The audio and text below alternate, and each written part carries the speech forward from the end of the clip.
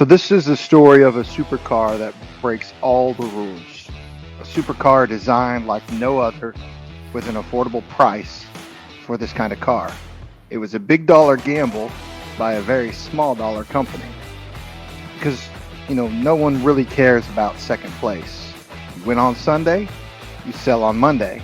Yeah. This is the mantra that entire brands have been built upon. Lotus, Ferrari, McLaren, and even Ford revitalized its entire image by smacking down the prancing horse with the GT40. Right. You wear Under Armour shoes because Stephen Curry does. You drink Zoa Energy because Dwayne Johnson says so. And you buy a Nissan GTR because it doesn't lose. Today, we want to tell you a story about the Nissan GTR right here on Gears, Grease, and Horsepower.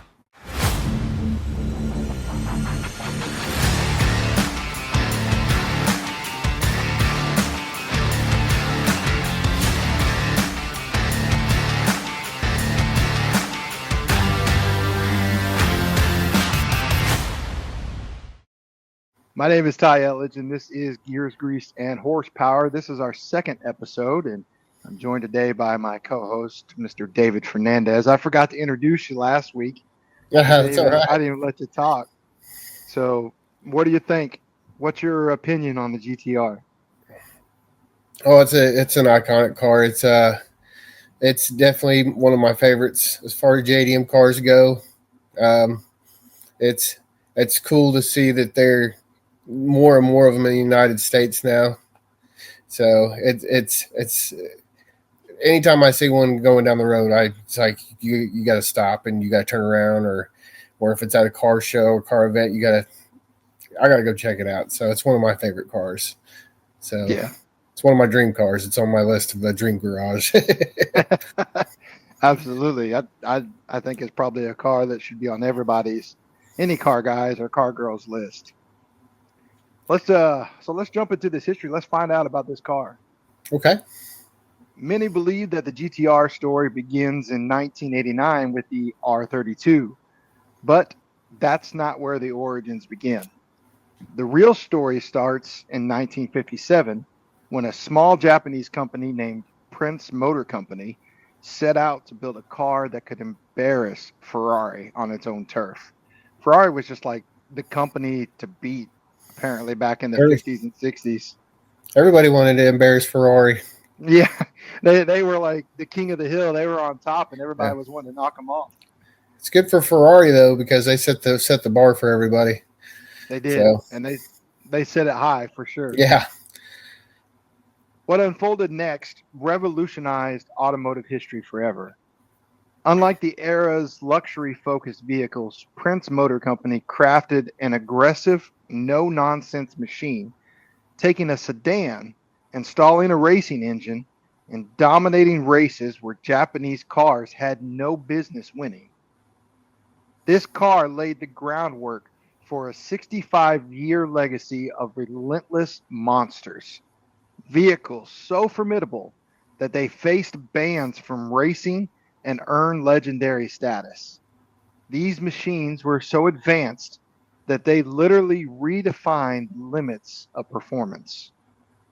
For over 7 generations and 6 decades, what began as a rebellious startup's racing prototype has evolved into today's sophisticated computer-controlled rockets, solidifying the GTR's iconic status in automotive lore.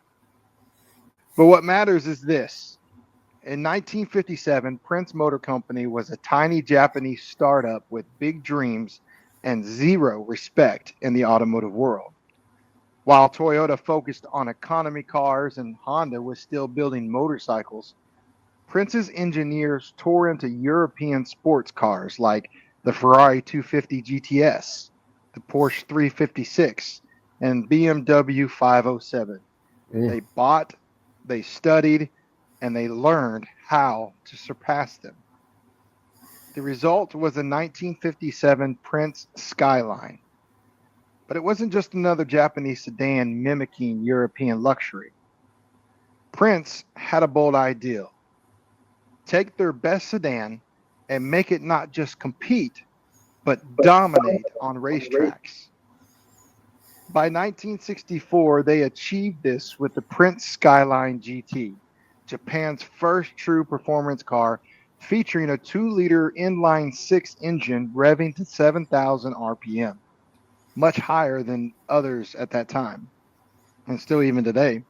They're around. I think most cars are revving around 5,500 RPM at that time. They were reaching 7,000. That's pretty impressive. That's that is impressive for sure, especially Yeah. out of a 2-liter six engine. Yeah. With racing worthy suspension and blazing speed, it even embarrassed cars costing triple the price. Prince Motor Company was determined to test and prove its prowess against Europe's best on their turf. Right. So in 1966, everything just completely shifted. Prince Motor Company teamed up with Nissan, and suddenly this tiny racing obsessed company gained serious resources, like real funding and a genuine shot at creating something wildly extraordinary. Entered the PGC-10 Skyline GTR, the Hakasuka, the car that would define that those three letters meant for the next half century. While other markers crafted sleek sports cars and pretty bodies and weak engines, Nissan's engineers were completely wild.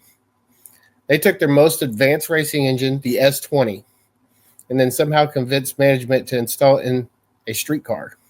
It's pretty exciting. Yeah. And this wasn't just any engine. This S20 was a 2-liter inline six that revved to 8,000 RPM. So they went from that 7,000 to 8,000. That's pretty. Jumping up there. They just keep going. Right. It featured a dual overhead cam, but most cars still relied on push rods. Twin Weber carburetors demanded constant tuning and produced 160 horsepower in 1969. At the same time, Mustang V8s just made 140. So that time, not much horsepower. Kind of like our last episode when we talked about the Supra. So right. Similar to that. But here's the kicker. Nissan didn't build the Hakasuka to sell cars. They built it to dominate races. They were going after the top dogs. Dominate them. Yeah. And dominate they did. From 1969 to 1972, the GTR entered 50 races and won 49. Just 49. I think the last one they were actually winning, but on that last round they had some kind of engine failures, is what I was reading on. Yeah, they had mechanical failure, so they had to drop out. Or else they would have won all of them. They just came through 50. And embarrassed them. I think that when I had read it, it said that people were just starting to leave because they were just tired of getting beat. So they were just giving up. They're like, screw it, we're done. Yeah. It crushed Japanese touring car racing so thoroughly that the competitors stopped bothering to show up, as we were talking about. The only race that lost, mechanical failure. So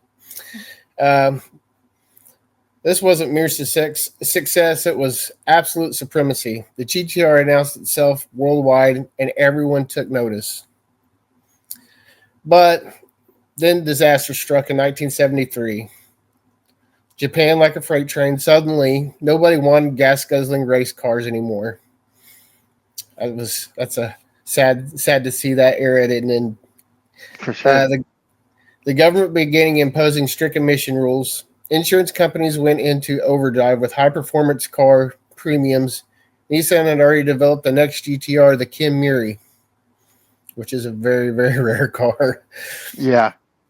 Sleek flowing lines, an upgraded S20 engine, ready to carry on racing legacy. They built exactly 197 units. That's it. And there's super, super rare.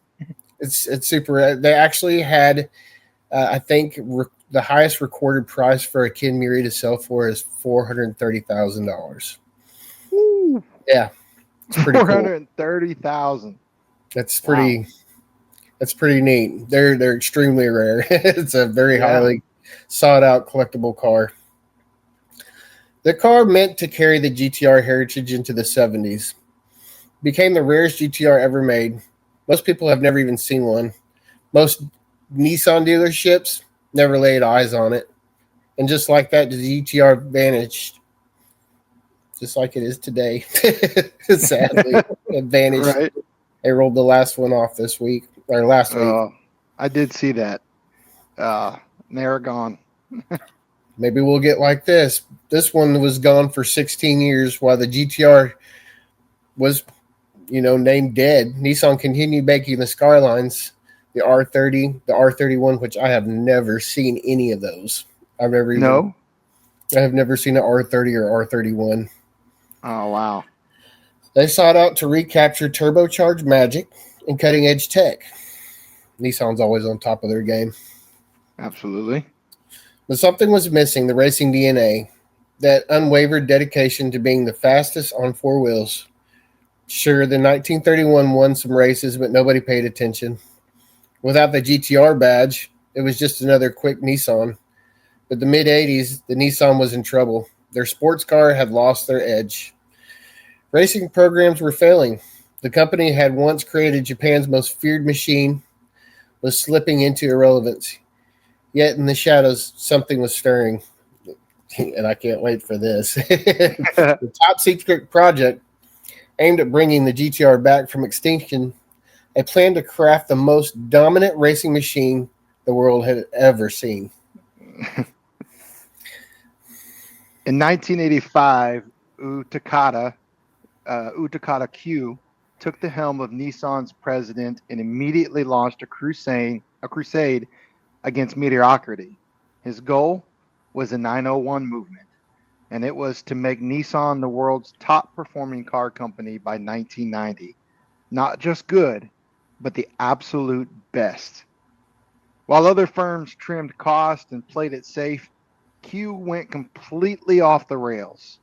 He told his engineers to forget about budgets and build something that would leave every supercar on the planet looking pathetic.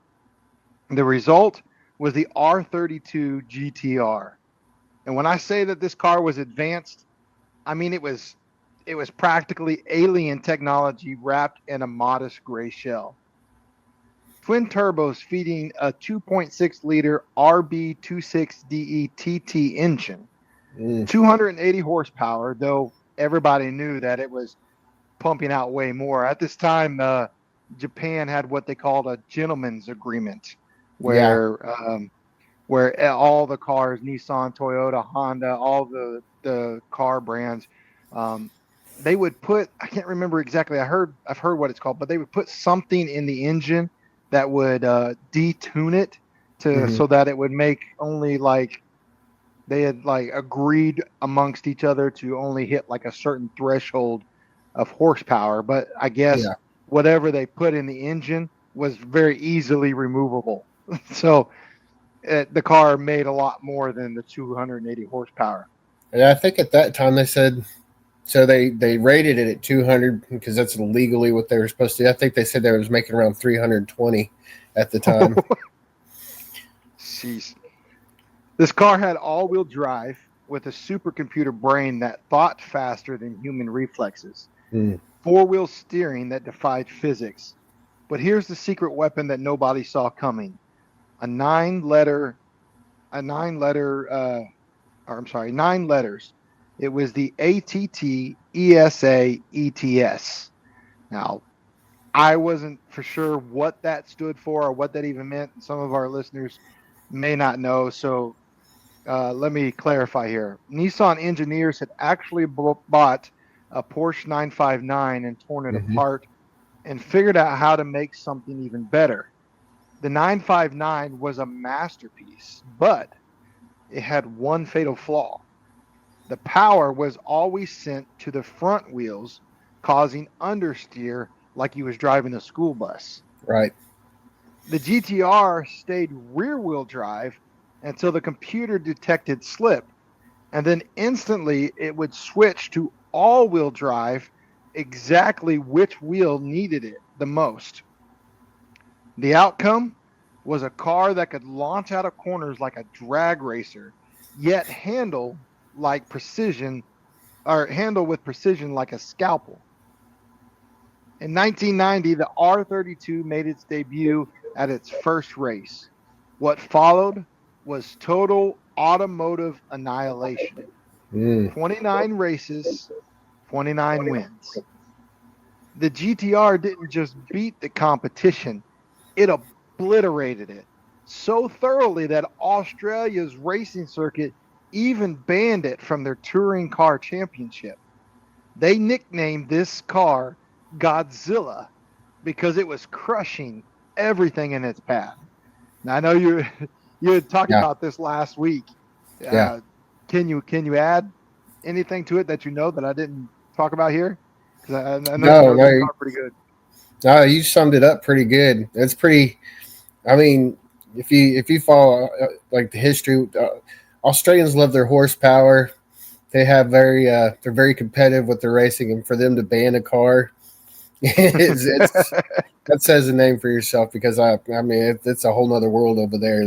They love their high horsepower, and it's cool that Japan was able to accomplish that through Nissan. Yeah, you know you're doing something right when the racists say don't show up. right. you, Yeah, you know that you've already got them beat before you ever turn the key or push the start button. What it's just a psychological game at that point. yeah, exactly. So this car was considered by many to be the perfect car. Yeah, So how do you follow up on perfection? How do you improve a car that simply couldn't lose? Nissan's answer: make it bigger, make it stronger, and even more terrifying. Enter the R33 GTR, arriving in 1995, and immediately the critics, the whiners, the babies started crying about it's too big, it's too heavy. The R32 was better, but they were missing the point entirely. While keyboard warriors complained about an extra 100 pounds, Nissan's engineers were busy transforming the R33 into something far more lethal. The RB26 received improved internals. The ATTESA system became even smarter. Aerodynamics shifted from just simply looking cool to actually being functional. But what truly mattered, the R33 was quicker everywhere. Nürburgring lap times, faster. Acceleration, faster. The top speed, way faster.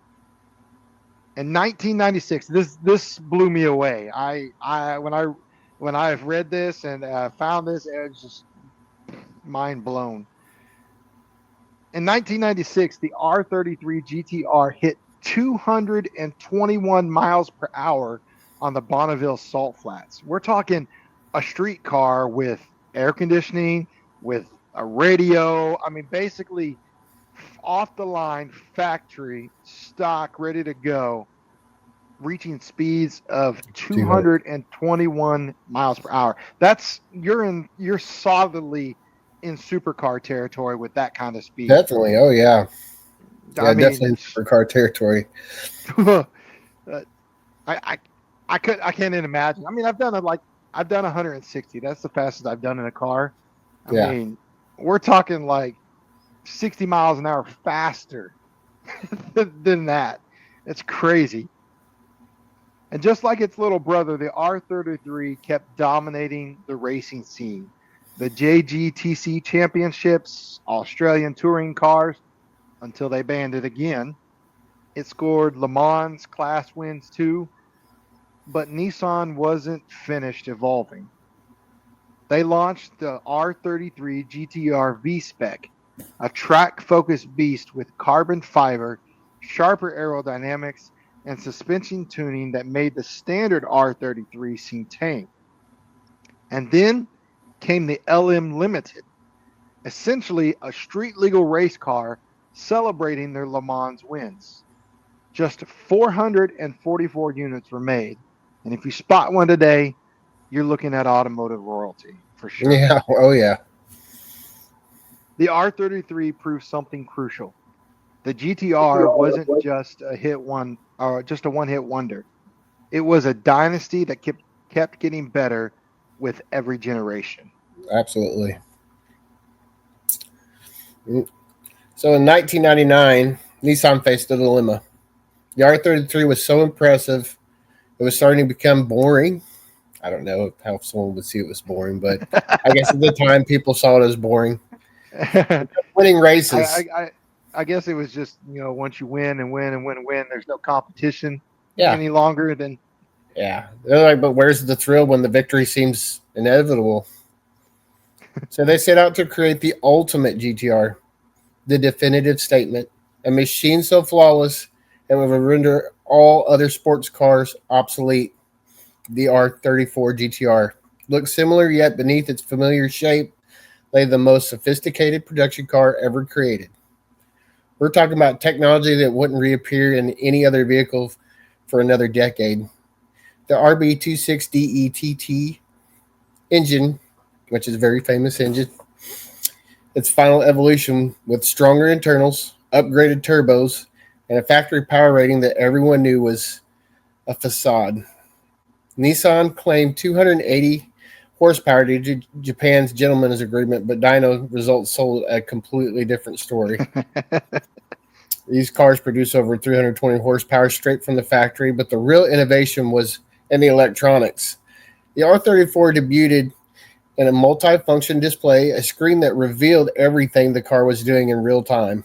It kept you safe, kept you alive. When, right, like you said, the previous one was hitting the speeds of 220 miles an hour. You needed something sophisticated like that. sure. So it would show your boost pressure, your oil temp, your G forces, even even which wheels had power at the moment. This wasn't just a snazzy gauge panel; it was a glimpse into the car's soul. For the first time, you could see the computers making split-second decisions to keep you alive at 150 miles an hour. Mm-hmm. Then came the special editions, and that's where things went truly insane. The V spec took everything great about the standard R34 and cranked it to 11. Carbon fiber hood, improved cooling, suspension tune to feel almost telepathic. But that was just the start. Then came the V spec 2. Added even more carbon fiber, refined aerodynamics, and suspension that could read the road like a mind reader. But the crown jewel, uh, the NER. The crown jewel was the NER, celebrating Nissan's dominant Nuremberg. Only 1,000 were made. Gold wheels, exclusive paint, and suspension tuned to make the car feel welded to the track. Hmm. The R34 GTR didn't just close out the 1990s, it marked the end of an era. The last purely analog supercar that, with digital brains, the final GTR was demanded skill to drive fast. And the last one could kill you if you were not focused. That's kind of scary when you Yeah. think about it. Yeah, you But had to be no texting and driving, no switching songs, nothing like that. no, You had to be focused for sure. when production ceased in 2002, no one foresaw the 7-year wait for the GTR's return. All they knew was that Nissan had crafted an automotive perfection. So let me ask you a question, though. Okay. So, unless to any listener or anybody tuning in, had they had put they had the 25-year market hold before Nissan could introduce it into the U.S. market. Oh, right, right. Do you think that the Camaro, or was a Corvette, I think was actually one of the top dogs at the time? Corvette, Z06, you had the Viper, you had the SVT Mustang.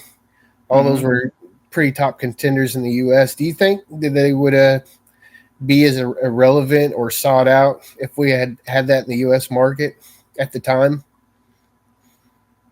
Would if the GTR was available for purchase at that time, would Mustang, Viper, and Camaro be as popular as they are now?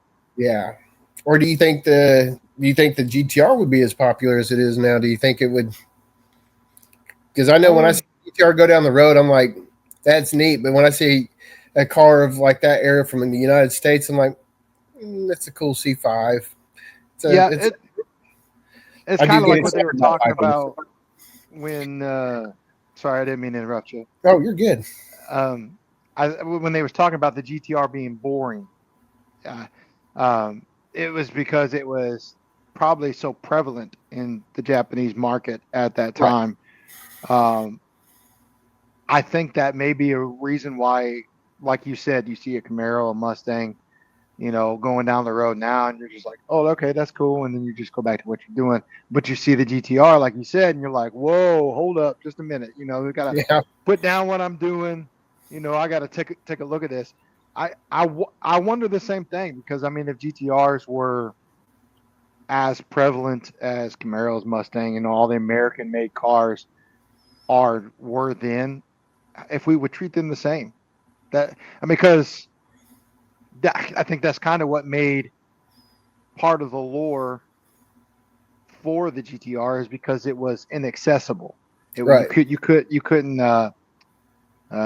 trying to think of the word for it, where you couldn't have it shipped in. Yeah, he didn't Like have there's a access to it. Yeah, it wasn't yeah, accessible to Americans at the time. right. And so since you can't have it, it's kind of wanting the fruit that you can't have.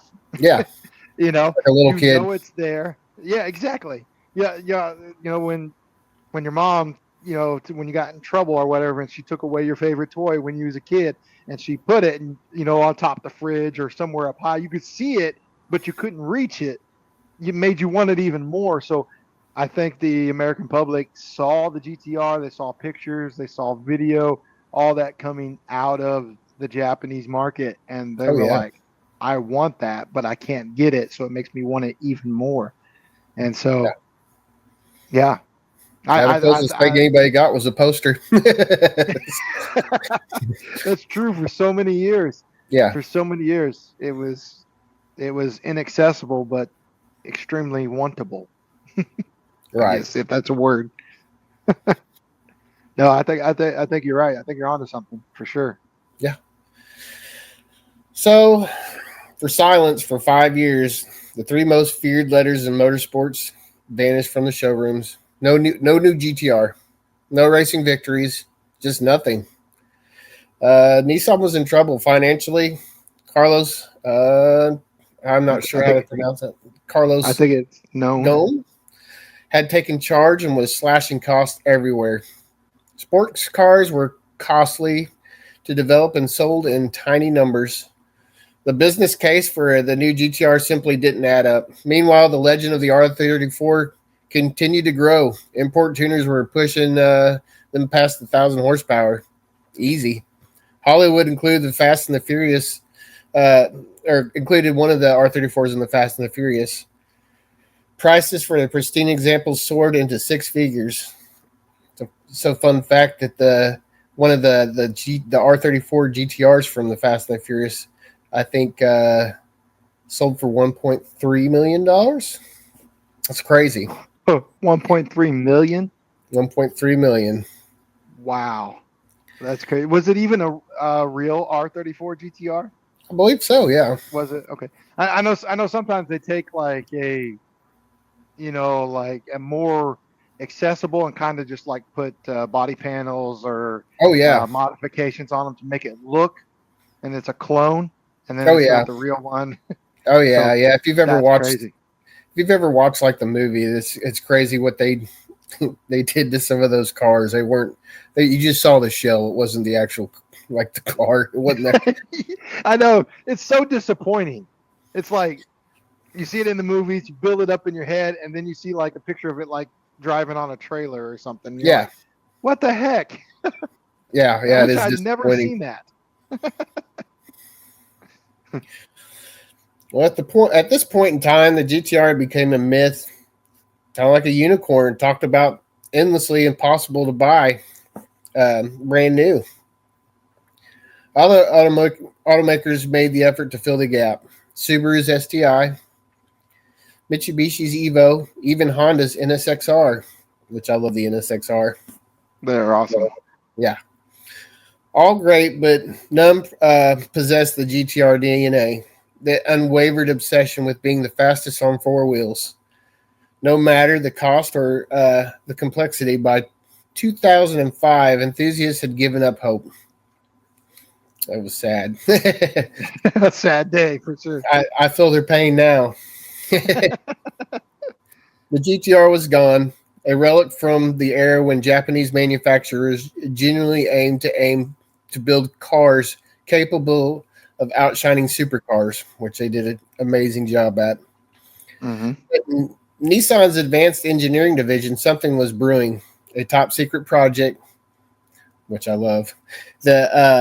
The resurrected GTR, the redefined supercars forever. They weren't building just a new GTR; they were crafting a weapon. It's crazy that GTR, every time they come back, they just come back so hard. Just bam in your face. Yeah. For sure. December 2007, the Tokyo Motor Show. Nissan revealed something that looked like it had come from 2020. The R35 GTR, a car so advanced it rendered all other supercars to look like horse-drawn buggies. But here's the key detail that most missed at first. This wasn't just another GTR. It was a complete overhaul of supercar engineering. No manual transmission, no conventional all-wheel drive, no analog gauges. Instead, Nissan crafted a machine that behaved more like a computer than a car. The VR38DETT engine was a marvel. Twin turbos, 480 horsepower, capable of producing power that defied physics. Yet the true breakthrough was a sophisticated midship layout with the engine in front and the transmission in the rear, achieving the perfect weight balance. They talk about mid-engine cars, Lamborghini, Ferrari, the new Corvette, how they achieve that perfect balance because the engine's situated in the middle of the car. I'm going off on a tangent here. So I like the new C8 Corvettes.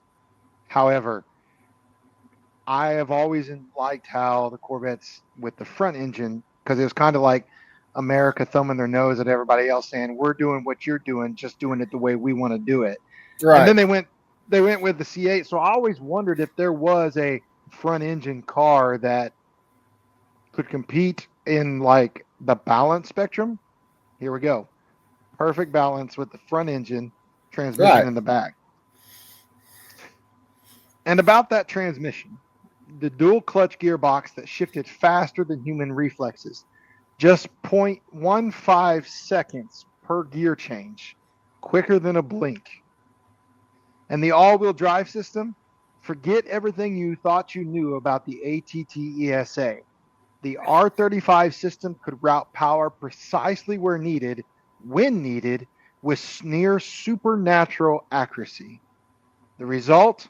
A car that could accelerate like a dragster, corner like a Formula One racer, and brake like it had parachutes. 0 to 60 in 3.5 seconds. Nürburgring lap times that embarrassed cars twice the price.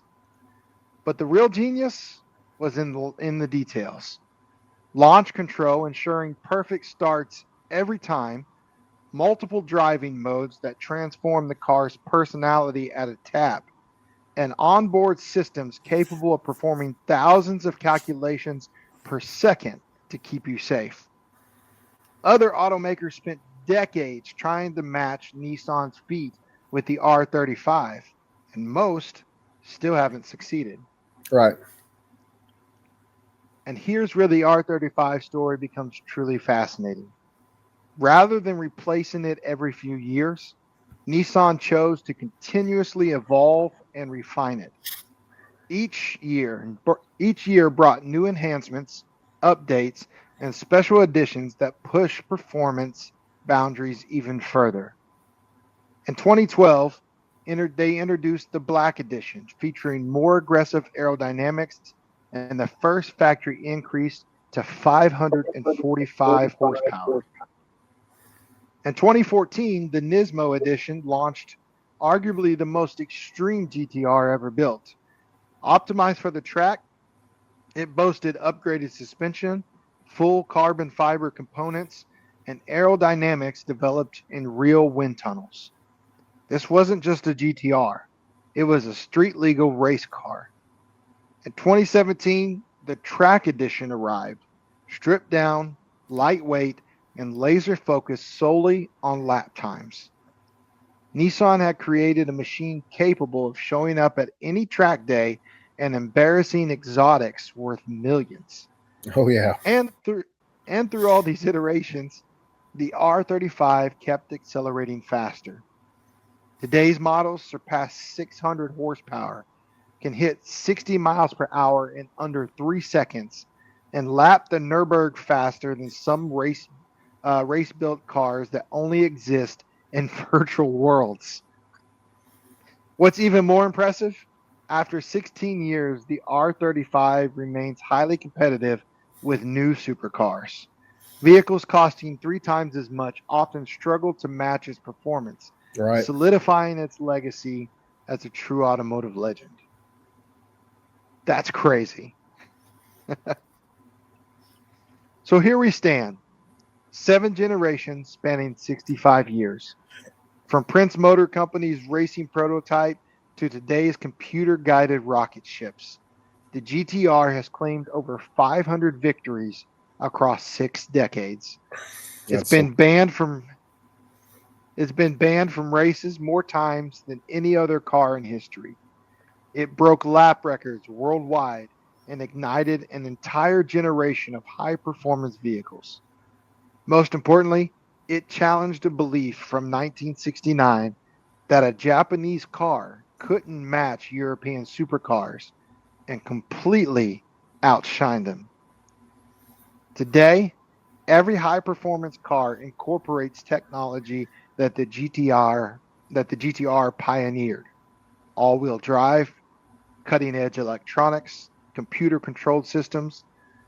The GTR set the blueprint that everyone else now follows.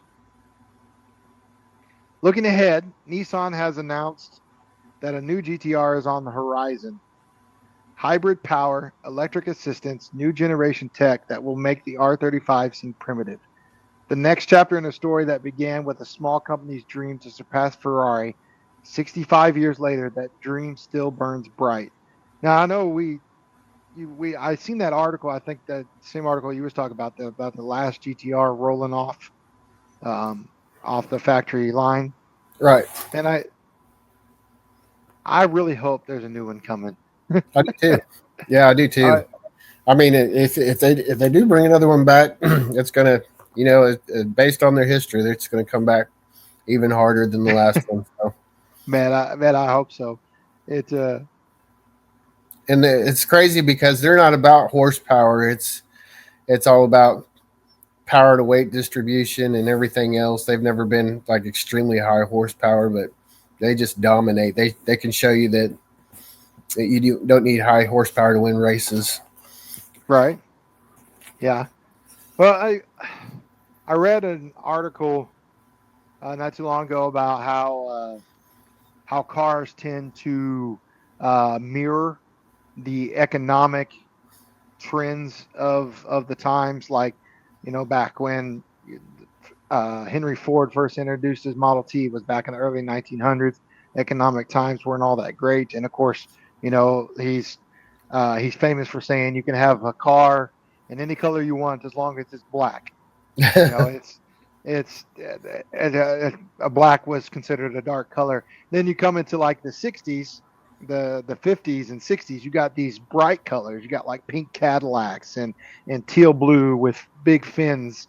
Oh In yeah, the 70s, Dodge had like the yellows and greens, red, plum crazy purple. The 60s and 70s, the United States economy was booming. And then, of course, in the 70s, the oil crisis hit, so economic times went down. and you started getting low horsepower cars. You started getting like your browns, your blacks, the unexciting colors of cars. Yeah. 80s and 90s, it starts coming back. You start seeing, more cutting edge. Like, I mean, you got the new Firebird Trans Am in the 80s that was like so alien looking that it was like wedge shape and all that. So I'm wondering if maybe once economic times start coming back, to a better, more positive light, maybe that's when the GTR will resurface and come back. Yeah. Yeah. I was actually watching a article this morning. Another one that they might possibly bring back is the Viper. That'll be neat too. Ooh, But it's not going to have its V10 in there, so I wasn't happy when I what? saw that. It's going to be a Oh mid. man, They showed that it would be mid-engine. I don't know. You see all that stuff on Facebook or on YouTube or something. You don't know if it's actually true or not. That'd be cool to see them stick with their V10, yeah, but yeah, I'm definitely going to miss the R35, but I'm excited to see what they'll bring back next because yeah, I know it's going to be something insane. Because if you go yeah, to a track and you see an R35 at the track, people better be on their game because they're there to dominate. for for sure, for sure.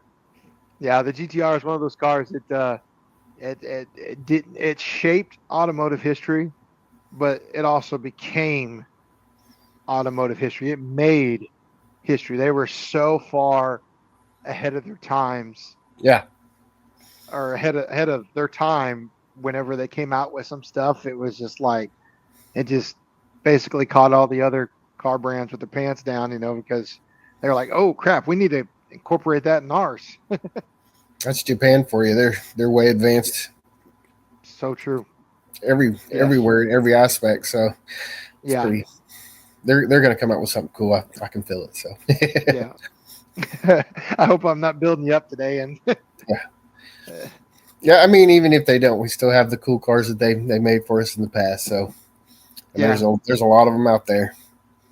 Not so yeah, much of the Kim Muries. There's not very many of those. 197, but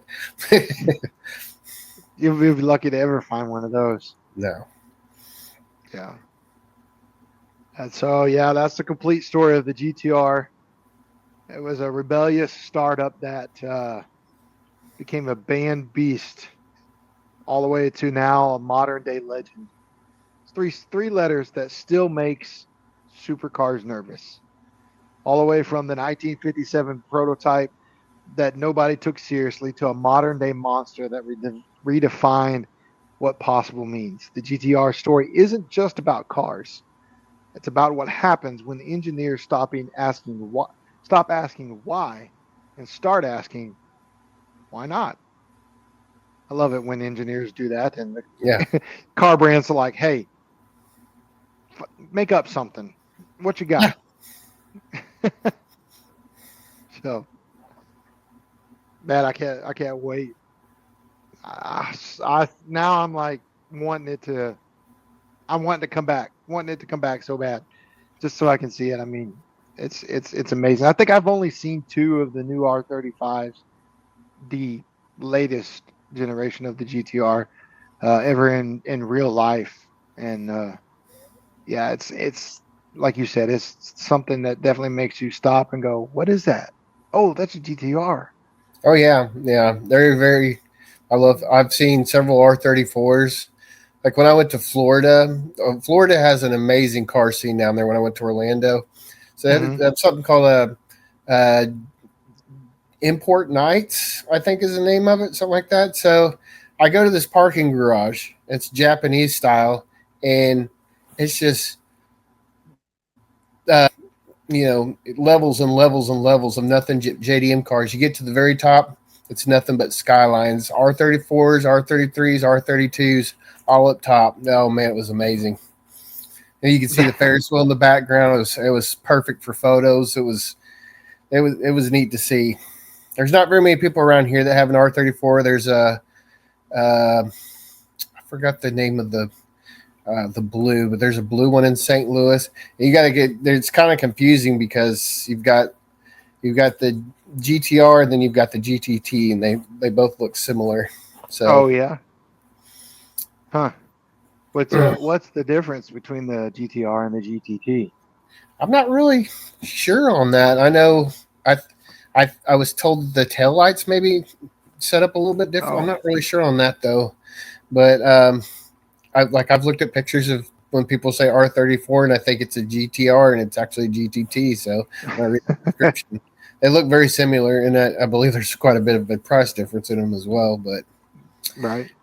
But it's neat to see one in person. I like seeing the Right. older ones. Yeah. I I can't even tell you how it feels. You know how it feels. See one and you're Oh, just like, oh my goodness.